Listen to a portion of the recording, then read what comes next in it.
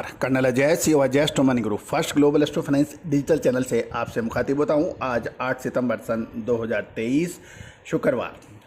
दोस्तों, आज के एपिसोड में एक महत्वपूर्ण खबर आपसे साझा करनी है कि सफ़ेद चावल निर्यात करने की 3 देशों को अनुमति दी गई है। लेकिन ये अनुमति दी गई है नेशनल कोऑपरेटिव एक्सपोर्ट लिमिटेड यानी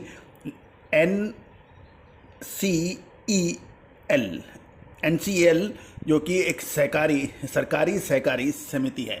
जानिए पूरी रिपोर्ट विस्तार से। दोस्तों नमस्कार, colonel Ajay CEO Ajay astro money group first global astro finance digital channel से आपसे मुखातिब होता हूं।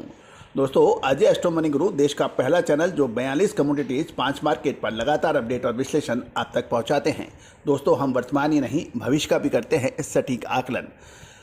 Grains, spices, oil seeds and pulses के ऊपर लगातार अपडेट और विश्लेषण। कॉटन, गवार सीड, सोना चांदी, कच्चा तेल, इस पर लगातार अपडेट और विश्लेषण हमारे चैनल पर उपलब्ध है। लगभग 78,000 से अधिक सब्सक्राइबर्स, 88 लाख से अधिक व्यू इस चीज़ का परिचायक है कि आपने कितना प्रेम और आशीर्वाद हमारे चैनल को दिया है। दोस्तों, खबर निकल के आ रही है कि नेशनल कोऑपरेटिव एक्सपोर्ट लिमिटेड जो कि एक सहकारी सरकारी संस्था है के माध्यम से सिंगापुर, मॉरिशस और भूटान को 1.43 लाख मैट्रिक टन सफ़ेद चावल के निर्यात की अनुमति देने के में भारत सरकार के फैसले को सहकारी क्षेत्र को बढ़ावा देने के रूप में स्वागत किया गया है। लेकिन इसके ऊपर अलग अलग प्रतिक्रिया भी मिल रही है। व्यापार के एक वर्ग का ये मानना है कि नेशनल कोऑपरेटिव एक्सपोर्ट लिमिटेड यानी NCEL, जिसे इस साल जनवरी में केंद्रीय मंत्रालय द्वारा स्थापित करने की अनुमति दी गई थी, के पास निर्यात बाजार के अनुभव की कमी है और ये विदेशों में खरीदारों की मांग को शायद पूरा ना कर सके। NCEL के माध्यम से सफ़ेद चावल के निर्यात की अनुमति देने का केंद्र का एक कदम स्वागत योग है। दिल्ली स्थित एक निर्यातक ने कहा, यह सरकारी सहकारी और किसान उत्पादक संगठनों को बढ़ावा देगा। दोस्तों, यदि हम देखें NCEL की स्थापना बहुराज्य सहकारी सोसाइटी अधिनियम 2002 के तहत की गई है। सभी सहकारी समितियों को इसके सदस्य बनने के लिए एलिजिबिलिटी है। पिछले महीने राज्यसभा में एक सवाल का जवाब देते हुए केंद्रीय गृह और सहकारिता मंत्री अमित शाह ने कहा था कि NCEL देश के भौगोलिक सीमाओं से परे व्यापक बाजारों तक पहुंचकर सहकारी क्षेत्र में उपलब्ध अधिशेष के निर्यात पर ध्यान केंद्रित करेगा। भारत सहकारी उत्पाद और सेवाओं की मांग में वृद्धि होगी। NCEL की अधिकृत शेयर पूंजी 2000 करोड़ की होगी। इसमें प्रारंभिक चुकता शेयर पूंजी 500 करोड़ की होगी। पूंजी के लिए प्रारंभिक योगदान भारतीय किसान उर्वरक सहकारी समिति यानी IFFCO और कृषक भारतीय सहकारी KREPCO और भारतीय राष्ट्रीय कृषि सहकारी विपणन महासंघ NAFED, गुजराती सहकारी दुग्ध विपणन महासंघ और राष्ट्रीय सहकारी विकास निगम द्वारा समान रूप से इसमें साझा किया गया है। दोस्तों, NCDC 160 FPO है जो धान का कारोबार करते हैं।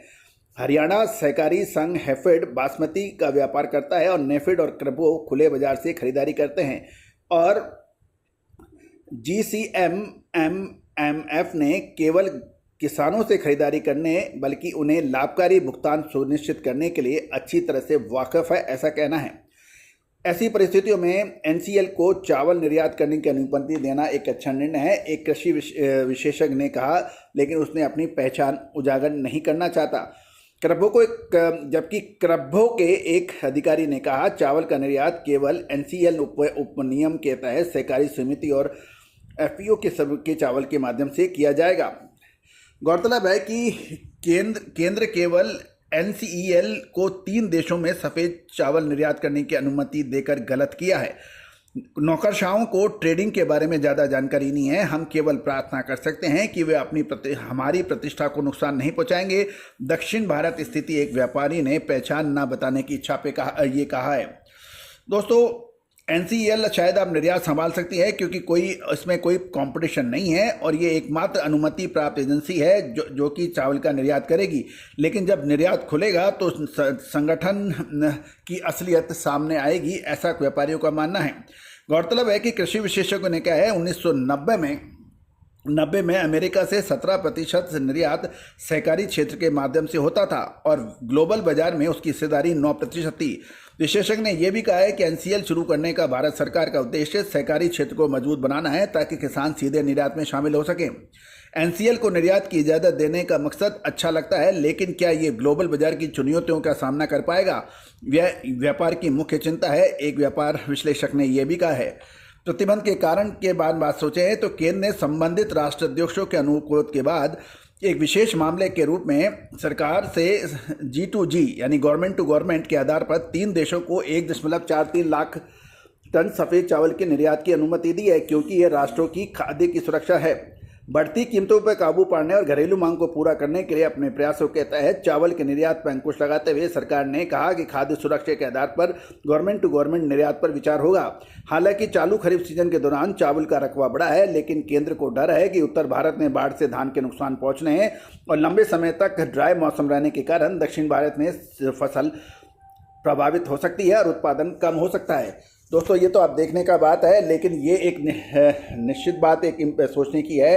यदि चावल का निर्यात को देना ही है तो वो सबको देना चाहिए या सिर्फ सरकार टू सरकार यानी गवर्नमेंट टू गवर्नमेंट करना है, तो इसका नतीजा अब सामने आएगा। All the very best, good luck, happy trading.